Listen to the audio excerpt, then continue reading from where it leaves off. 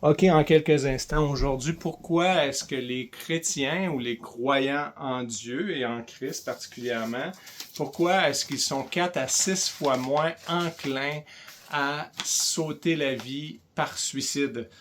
Eh bien, si on regarde un peu la description dans la Bible de l'origine du suicide, eh bien, elle trouve sa semence dès le commencement. Jésus dit que le diable est le meurtrier et le père du mensonge. Il est meurtrier dès le commencement.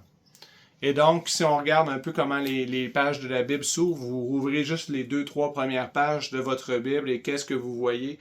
La mort entre dans le monde et la maladie et tout ce qui arrive après est expliqué dans les 3 premières pages.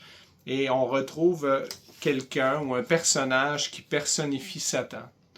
Les croyants dans la Bible croient que Dieu existe et le diable aussi.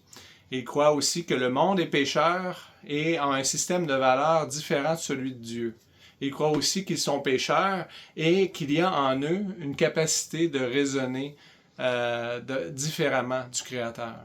Ils découvrent dans la Bible que Dieu les aime, qu'il a un plan pour leur vie et que même dans la souffrance, il y a un sens, que Dieu est souverain et qu'il peut intervenir dans l'histoire des hommes, qu'ils peuvent trouver consolation et encouragement dans l'Écriture et qu'en plus, même les épreuves pourront forger en eux un caractère.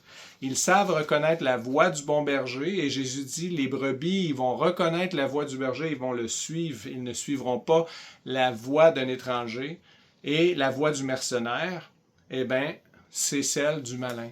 Et le malin, qui est pour les croyants, c'est Satan et les démons, sont des émissaires du malin pour nous aider nous empêcher de croire à notre identité et à qui on est vraiment et nous aider à croire à des mensonges.